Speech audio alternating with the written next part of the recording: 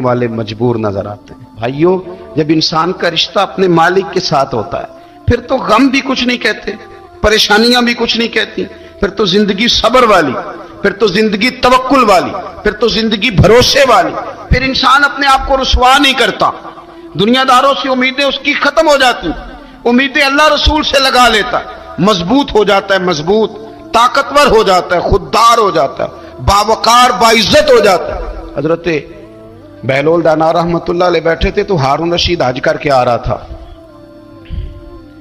تو رستے میں حضرت شیخ سے ملاقات ہو گئی تو السلام علیکم کے بعد کہنے لگا حضور کوئی حکم ہو تو بتائیے گا۔ تو حضرت بہلول دانا فرمانے لگے تیرا رب کون ہے؟ اس نے کہا اللہ۔ تو فرمایا میرا کون ہے؟ کہا اللہ۔ فرمانے لگے تو بڑا ہی بیوقوف ہے، کیا تو یہ سمجھتا ہے کہ رب ہارون رشید کو تو دے گا اور بہلول دانا کو بھول جائے گا؟ 23 سال حضور کو وقت ملا، مختصر وقت ظاہراً تبلیغ کرنے کے لیے، پوری دنیا میں دین بھی پھیلانا ہے۔ گھر میں 11 ازواج ہیں، 4 بیٹیاں ہیں، ان کی اولادیں، سارے کام کاج بھی دیکھنے، لیکن سیدہ طیبہ طاہرہ حضرت عائشہ صدیقہ رضی اللہ تعالیٰ عنہ فرماتی ہیں سارا دن تبلیغ کرتے، ہر غلام کے دکھ سنتے، گھر میں آتے تو اپنے گھر والوں کا خیال کرتے، کام میں ہمارا ہاتھ بٹاتے۔ قربان جاؤں، کہتی ہیں زمانہ سارا سو جاتا لیکن آمنہ کے لال مصلی بچھا لیتے۔ دنیا سو گئی، ساری سب سو گئے، جو خدام تھے، وہ جو غلام تھے وہ سو گئے۔ صحیح مسلم نے لفظ ملیں گے، سیدہ پاک فرماتی ہیں او میرے نبی کے غلاموں، میں نے یہ رنگ بھی دیکھا ہے کہ حضور نے اتنا کھڑے رہے، اتنا قیام کیا، اتنا قیام کیا کہ مقدس پیروں میں ورم آ گئے، سوج گئے پیر۔ ہم سیر کرنے گئے تو تھک گئے، بات الگ ہے، لیکن عبادت میں یہ بھی تو مسلم شریف ہے نا، یہ بھی تو دین ہے نا، یہ بھی تو حضور کی سنت ہے، یہ بھی تو وہ چیز ہے جو کریم کی آنکھوں کی ٹھنڈک ہے۔ سیدہ فرماتی ہیں پیروں میں ورم آ گئے، اور ساری رات ہی حضور نے نماز پڑھی اور ایک ہی آیت بار بار دہرائی۔ مسجد نبوی میں بلال حبشی نے فجر کی اذان دے دی اور حضور ابھی مصلی پہ تھے، کریم فارغ ہوئے۔ میں نے عرض کی یا رسول اللہ صلی اللہ علیہ وسلم، آپ کے تو صدقے اللہ اگلے پچھلوں کے گناہ معاف کرے گا، تو آپ اتنی آہوزاری کیوں فرماتے ہیں؟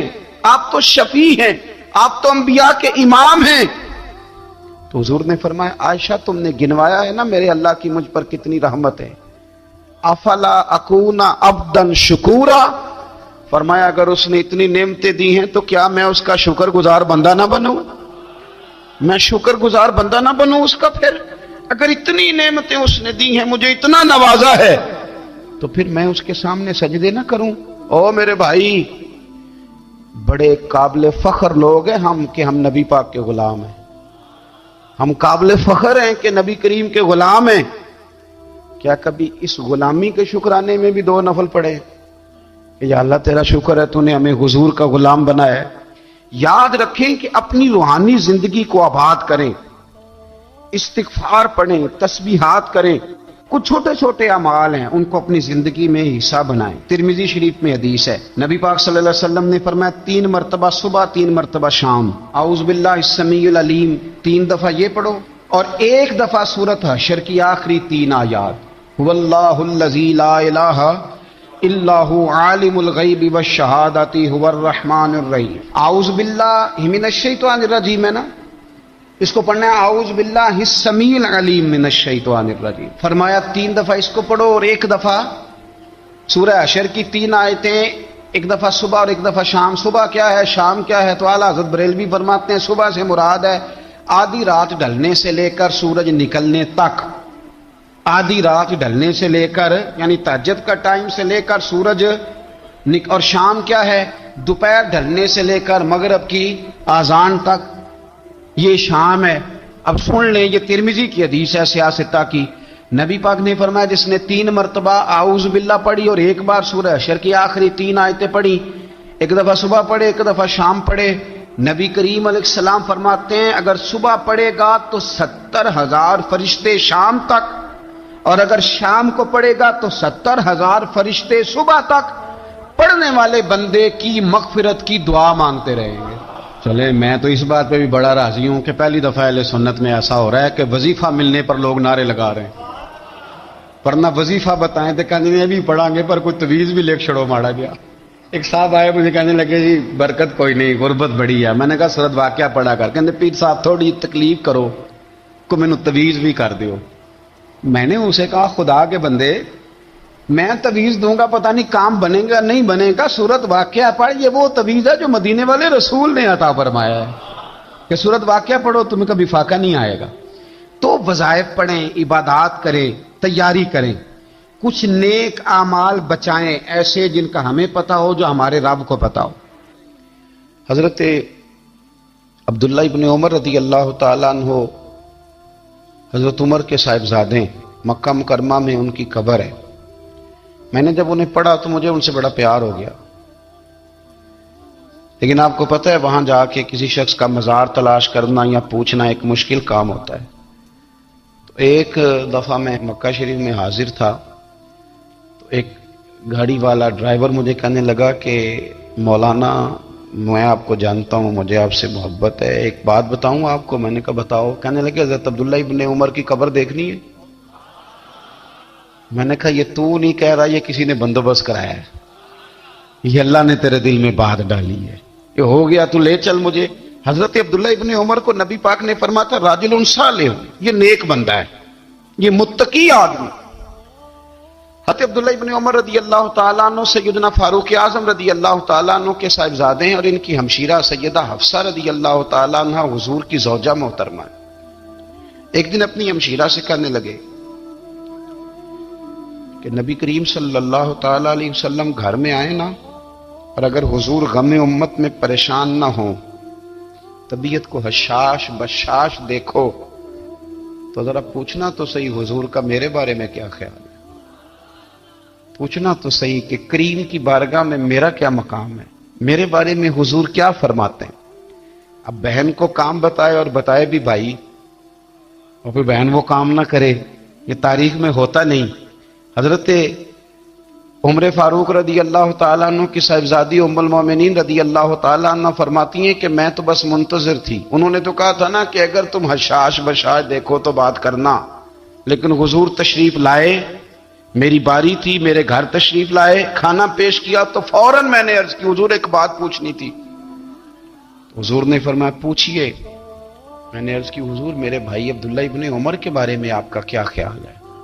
نوجوانوں میری بات پہ غور کرنا، میرے بھائی کے بارے میں آپ کا کیا خیال ہے؟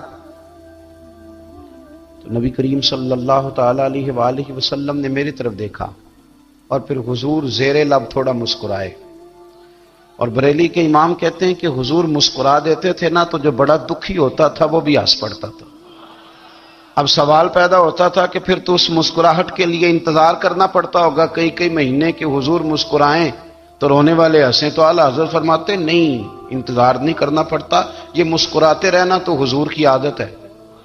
جس کی تسکین سے روتے ہوئے ہنس پڑے، اس تبسم کی عادت پہ لاکھوں سلام۔ یعنی یہ تو عادت ہے حضور کی مسکراتے رہنا، اس کے لیے انتظار نہیں کرنا پڑتا۔ بھائیو آپ خیال رکھیں گے، غور کریں گے، حضرت عبداللہ ابن عمر رضی اللہ تعالیٰ عنہ کے بارے میں پوچھا تو سیدہ فرماتی ہیں کہ نبی کریم صلی اللہ تعالیٰ علیہ وسلم نہ زیر لب مسکرائے اور فرمایا حفصہ تیرا بھائی ہے تو اچھا، لیکن میں نے سنا ہے کہ عشاء کی نماز پڑھتا ہے تو فجر تک سویا ہی رہتا ہے۔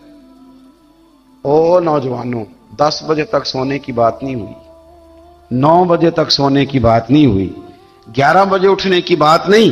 حضور فرمانے لگے میں نے سنا ہے کہ عشاء کی نماز پڑھ کے سو جاتا ہے اور فجر تک سویا ہی رہتا ہے، اسے چاہیے کہ تہجد کے وقت اٹھا کرے، اللہ کی بارگاہ میں حاضر ہوا کرے، آہوزاری کرے، سجدے کرے، عبادت کرے، اٹھتا ہے اور فجر میں جا کے اٹھتا ہے۔ حضرت جناب حفصہ رضی اللہ تعالیٰ عنہ کہتی ہیں میں نے جناب عبداللہ ابن عمر کو پیغام دیا اور میں نے کہا میرے جوان بھائی سن، نبی پاک نے فرمایا ہے تو اچھا پر تہجد میں نہیں اٹھتا،